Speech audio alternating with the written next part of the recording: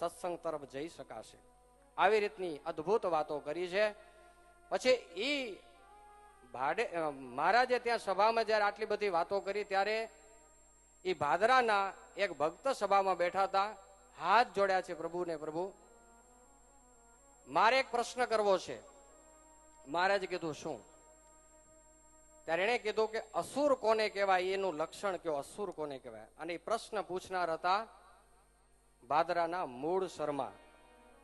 અને મૂળ શર્મા એટલે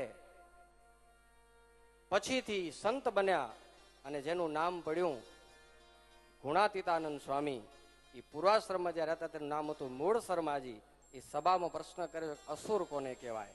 ત્યારે ભગવાન સ્વામિનારાયણ કહે છે, કૃષ્ણ કૃષ્ણાવતારાણમ તદભક્તાનામ ચ વાડવ દ્રોહાચરણામ તત મુખ્યમ લક્ષણમાશુરમ. કૃષ્ણ કૃષ્ણાવતારાણમ, અસુરનું પહેલું લક્ષણ. આમાં 4 થી 5 લક્ષણ દીધા છે. એમાં પહેલું લક્ષણ અસુરનું એ આપણે કહીએ ને અસુરે. અસુર કેને કહેવાય? શાસ્ત્ર દ્રષ્ટિએ ભગવાન સ્વામિનારાયણ એનું ડેફિનેશન કરે છે. અસુર કોણ? તો કે ભગવાન શ્રી કૃષ્ણ અને શ્રી કૃષ્ણના જે અવતારો એનો જે દ્રોહ કરે એને અસુર કીધેલો છે. આ મુખ્ય લક્ષણ છે. એના ભક્તનું, ભગવાનનું અને ભગવાનના અવતારોનું જે ખંડન કરતો હોય, એની નિંદા ટીકા કરતો હોય એને કહેવાય અસુર. ભક્તજનો કોઈને માઠું લાગે કે હારું લાગે, પણ રામકૃષ્ણાદિ કે નરનાળ દેવની નિંદા ટીકડી કરતા હોય એ આ સત્સંગ જીવન શાસ્ત્રના દ્વિતીય પ્રકરણને આધારે એ સિંગણા પૂછડા વિનાનો શું કહેવાય? અને આપણે અસુરને સમર્થન કરી તો આપણે શું કહેવાય? એટલે આપણે અસુરની પંક્તિમાં ભળવું નહીં.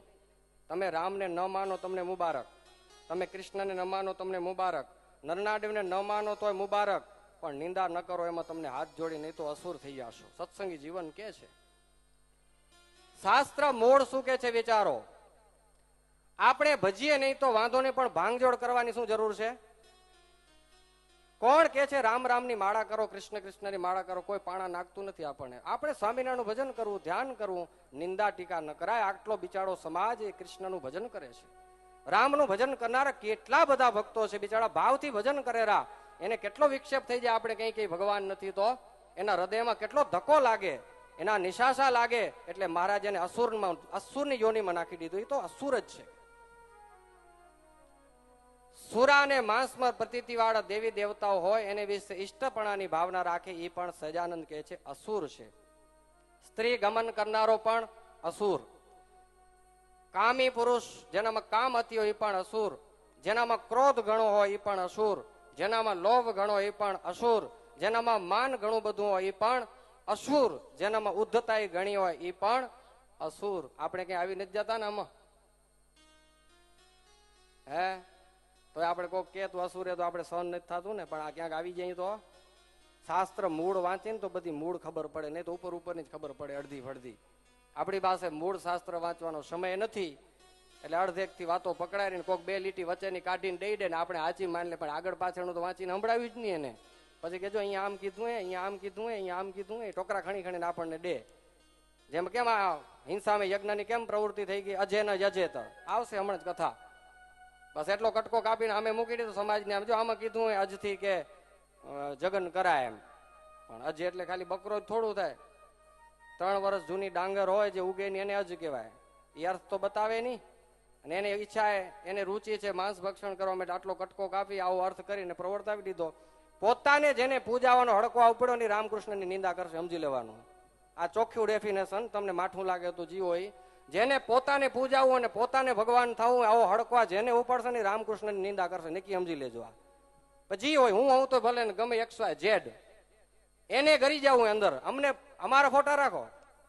આ તો પ્રસંગ આવ્યો એટલે જરા કરો, નહીં તો વાત ખોલવાની નો. પણ થઈને અસુરનું લક્ષણ આવ્યું. એટલે આવા ભગવાન ગોપીઓ જેને ભજી ગઈ, હનુમાન જેવો જેને ભજીને ચિરંજીવી બની ગયો એવા રામ આપણા જ મહારાજ. ગોપીઓ જેને ભજી ભજીને તન્મય થઈ ગઈ. 6 મહિના સુધી રાસ રમતીઓ તો ભૂલાઈ જાય રાતે કે ડીએ. આવી તન્મયતા મને ને તમને થઈએ ખાલી વાતો કરી આપણે. અમે ભગવાનને જેવા સેવા સમજી ગયા. તો સ્થિતિ ક્યાં? સ્થિતિ હોવી જોઈએ ને. અમે ગોપીઓની સ્થિતિ શું હતી? આપણી ગોપીઓની જેવી સ્થિતિ છે? હનુમાનને પ્રત્યક્ષ મહારાજ મળતા હાથમાં લઈને રમાડે. છઠ્ઠીના દિવસે જયારે કૃત્યાઓ લઈ ગઈ ત્યારે પાછા કોણ તેડી આવ્યું હતું? કોણ તેડી આવ્યું હતું? તો જો એ હનુમાનની ઉપાસના ન હોય તો એને સ્વામિનારાયણ મળે ખરા? આટલા બાળક સ્વરૂપે એના હાથમાં આવે? કેમ આવે? મહારાજ જયારે 3 દિવસના ભૂખ્યા થયા ત્યારે ફળ ખવડાવવા આપણો હનુમાન જાય. 4 દિવસના ઉપવાસ થાય ત્યારે શંકર અને પાર્વતી સાથવો લઈને આપણા પ્રભુને જમાડવા જાય એની સાથે વાતો કરે ને આપણે એની કોઈ ગણતરી નહીં. એ તો શંકર બોલે છે. અરે ભાઈ, આપણા સહજાનંદને પ્રત્યક્ષ મળી ચુક્યો છે. આપણે ક્યારે મળે? અહીં વાતોથી કામ નહીં થાય. શાસ્ત્ર શું કે છે? ભગવાન સ્વામિનારાયણ કે છે આટલા દોષ જન્મ હોય એ અસુર છે, એનો સંગ ન કરજો, ના પાડી છે. એ કરિષ્યંતિ તે ભ્રષ્ટા ભાવ્યા સ્વશ્રેયસો અધ્વન. આવાનો જે સંગ કરશે મોક્ષના માર્ગથી પડ્યા, એમ લખ્યું છે સત્સંગી જીવનમાં. ભગવાનના દ્રોહ કરનારાનો સંગ થયો તો એ બધા ક્યાં જશે? ક્યાં જશે? અસુરો ક્યાં જાય? ધ્યાન રાખવું. ભક્તિ ઓછી થાય તો વાંધો નહીં, ભાંગજોડ ન કરવી. ભક્તો કહે છે મહારાજ આજ પછી અમે એમ જ કરશું, ક્યારે પણ કોઈનો અમે દ્રોહ કરશું નહીં. અને ત્યાંથી મહારાજ